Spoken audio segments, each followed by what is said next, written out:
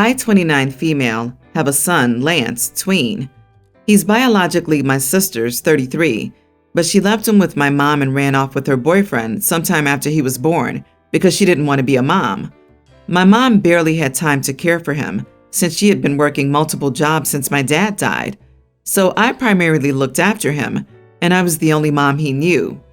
I felt weird being called mama at a young age at first, but I eventually got used to it, and I love Lance more than anything in the world. My sister got back in contact with us sometime when Lance was 5 years old. She, for some reason, wanted to be in Lance's life. We were reluctant at first, but we let her in the end. The first meeting seemed okay, but when my sister heard Lance call me mama, she went in low contact with us for a few weeks. My sister cut contact with us at some point because she felt offended that Lance saw me as her mom. Last week was my 29th birthday, and Lance got me a personalized coffee mug that said, "Best Mom in the Entire World" on it, which honestly melted my heart. I hugged Lance and told him he was the sweetest little boy I could ever ask for. Yesterday, I was sitting at the table drinking some coffee from the mug when the doorbell rang. My mom got it, and it turns out it was my sister, who wanted to talk to my mom about something unrelated.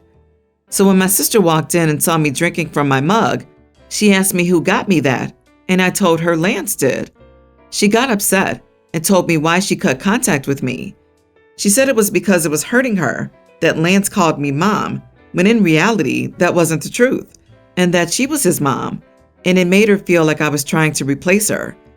She told me that she'd resume contact with me again if I stopped pretending to be Lance's mom, and if I wanted kids so bad, I could have some of my own.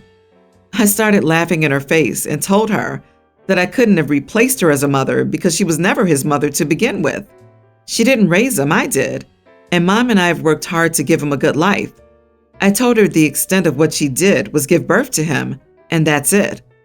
My sister started crying and tried to get my mom on her side, but my mom just told her she's right, You chose to leave that child behind, and the fact that a teen was better at parenting your kid than you shows me that I failed as a mom. That caused my sister to get even more upset, and she stormed out of the house. I'm getting calls from her boyfriend and friends, telling me that what I said to her wasn't necessary, and that I made my sister feel like a useless deadbeat. That's why I'm wondering if I was wrong. I said what I said to get the point across, but I didn't want her to feel like crap. I wanted her to understand why she was wrong. Am I the idiot? Not the idiot. What you said wasn't nice, but she just can't swing back into a child's life after abandoning him because she didn't feel like being a mother. You stepped up and you are now his mother. She's just the person who gave birth to him. She's the one who chose to step out of that little boy's life. She doesn't get to be upset that someone stepped in to give him what she wouldn't or couldn't. Not the idiot. Your sister abandoned her child for so many years. Now she wants to be involved, but doesn't take any responsibility, and is now crying because she feels like a useless deadbeat?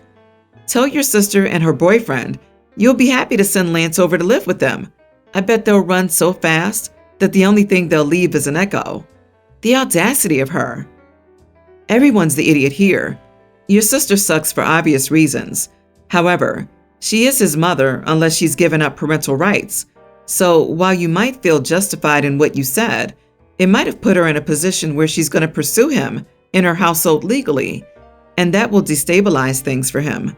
You all need to have a grown-up conversation about her intentions towards him and whether or not she truly wants to foster a relationship with him. How is OP the idiot? She became the boy's mother, and just because her sister comes back in, OP should immediately surrender her son to his original incubator because she said so? No, that's absurd. Sister doesn't want to be a mother. She likes the idea of being a mother now that it's convenient for her. Lance isn't a coat that she can put on whenever she wants. She gave birth to him, but she was never around for him.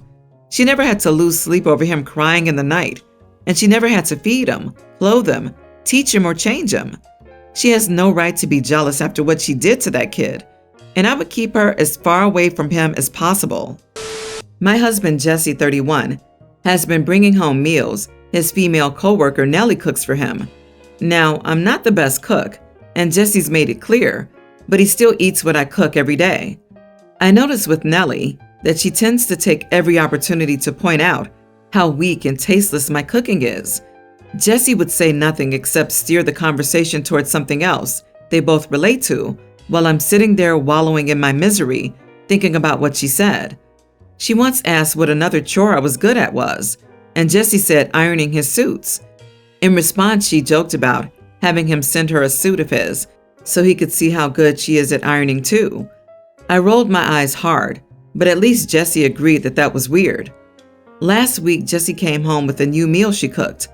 I told him I had already cooked dinner and asked what he would do with the meal. He told me he was going to eat it for dinner.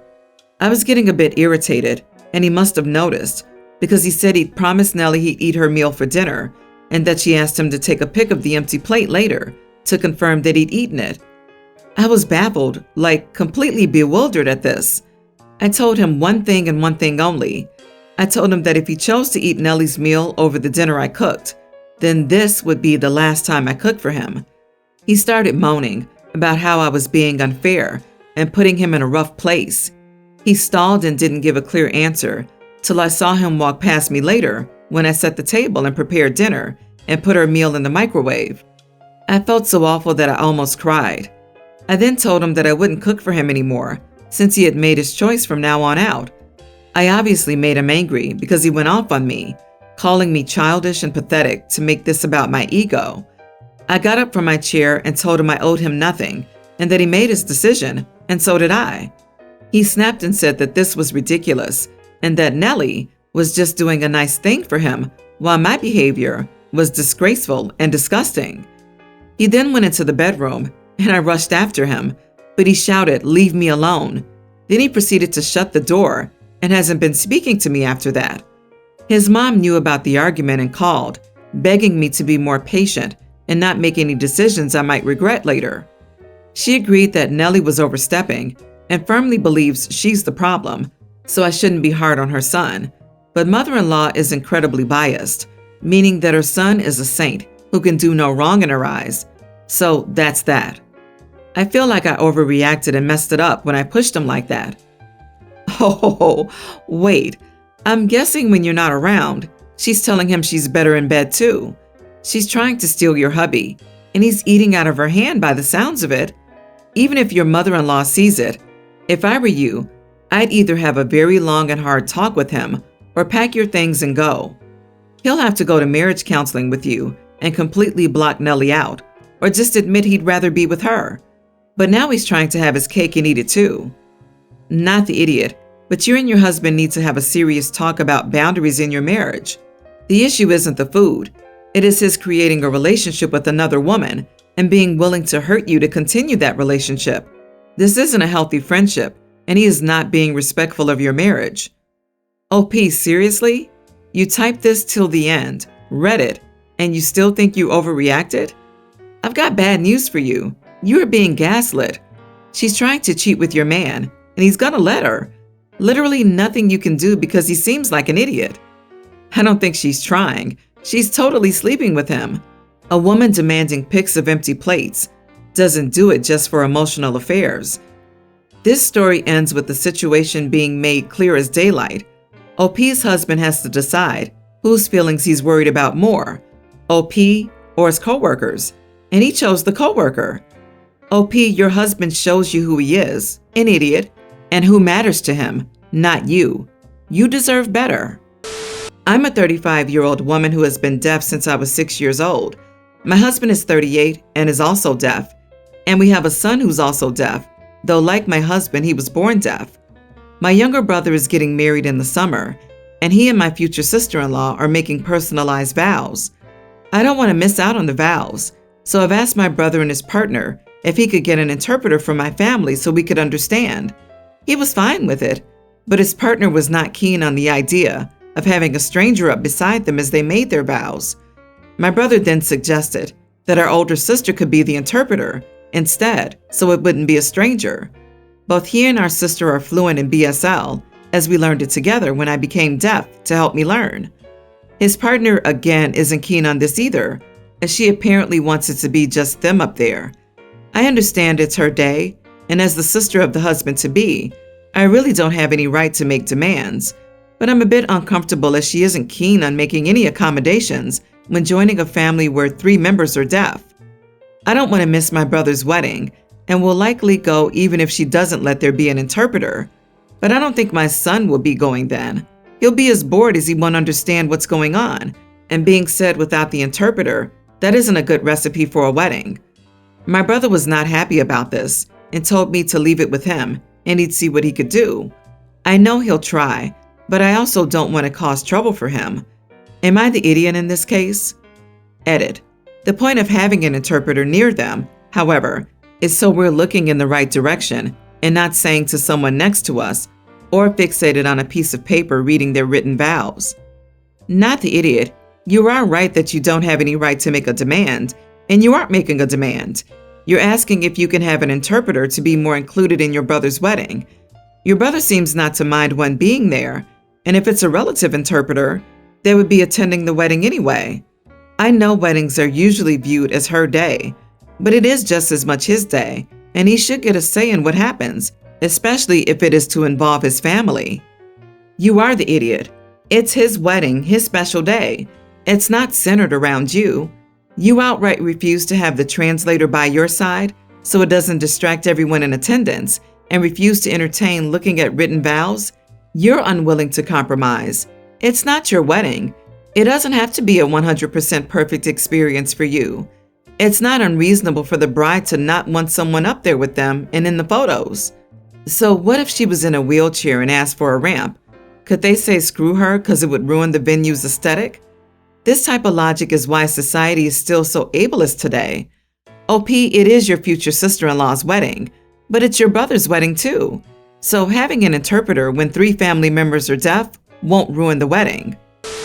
My wife and I have 3 kids, Tina, 19 female, Jason, teen male, and Allie, teen female. Late last year, my sister-in-law passed away unexpectedly, leaving our niece, Jenny, young child, orphaned. Her father's not in the picture. My wife and I, of course, agreed to take her in. It's been a huge adjustment for all 6 of us. First, Tina and Allie had to start rooming together. Allie's okay with this, but Tina has complained since we brought our niece home. Whenever Jenny does anything typical of a very young child that Tina dislikes, she will loudly and rudely comment that this is why I'm child-free and will never have kids. A few weeks ago, there were big changes in our child care coverage, and now we lack coverage for about 2.5 hours Monday through Friday. Jason and Allie both agreed to take 1 day of the week for babysitting duties. However, when we asked Tina to take on the other 3, she refused, stating that she's child-free and means it. I told Tina that if she won't pitch in to help the family by babysitting, then she was no longer welcome to live in our home rent-free. I told her what we'd be charging for her room and board, and she had a meltdown. She did a lot of yelling and screaming, but when she realized I was serious about kicking her out if she didn't pitch in, she agreed to take on the 3 days of babysitting. Our relationship has been tense. Tina says I'm not being fair because she has to take 3 days when Jason and Allie only take 1 day each. I explained it's because they're still in high school and both are involved in after-school activities while she takes college classes part-time and online while only working weekends. Also because she's an adult and the other 2 are not. She has also called me a bigot and says I'm discriminating against her beliefs. Am I the idiot for forcing my adult daughter's hand in this? If she doesn't want to babysit, she is free to stay here if she pays the amount we set in room and board. She would have to take on more hours at work to do so, though. Not the idiot. If she doesn't want to help your household while getting free everything, she needs to move out and learn that babysitting for 6 hours a week is worth the food, the rent, and not paying bills and running a household. Men babysit too. Tell her not to be misogynistic. Your daughter is dead wrong, and you know it. I'm sorry, but she became a spoiled, entitled brat somewhere along the way, if this is how she behaves. I mean, the sheer nerve of her to loudly proclaim she will remain child-free in the presence of her cousin? How is that remotely acceptable? If she doesn't want to have kids, that's her choice. It doesn't absolve her from caring for her family members when they need it. The girl's mother died, and your kid is making this about her freedom of thought? Please let me get my fainting couch. Good for you telling her to take a hike if she can't help out a reasonable amount. I mean, it's 2.5 hours 3 times a week. Ugh, she's a monster. The number of people thinking she'd hurt the child? Why? Child-free doesn't mean hating kids. It just means not wanting to parent one. You are the idiot, OP, because all of these are your decisions. You made the decision to adopt another child, and you're forcing your children to babysit because you alone can't afford it. And she's 19, not 30. In my country, you're legally obliged to provide for your child while they're studying. So it's really not the case of she's an adult and she can move out if she doesn't like it. And make no mistake, once she does move out, she'll very likely cut you off. I know I would. My grandpa recently suffered a stroke and is staying in the hospital.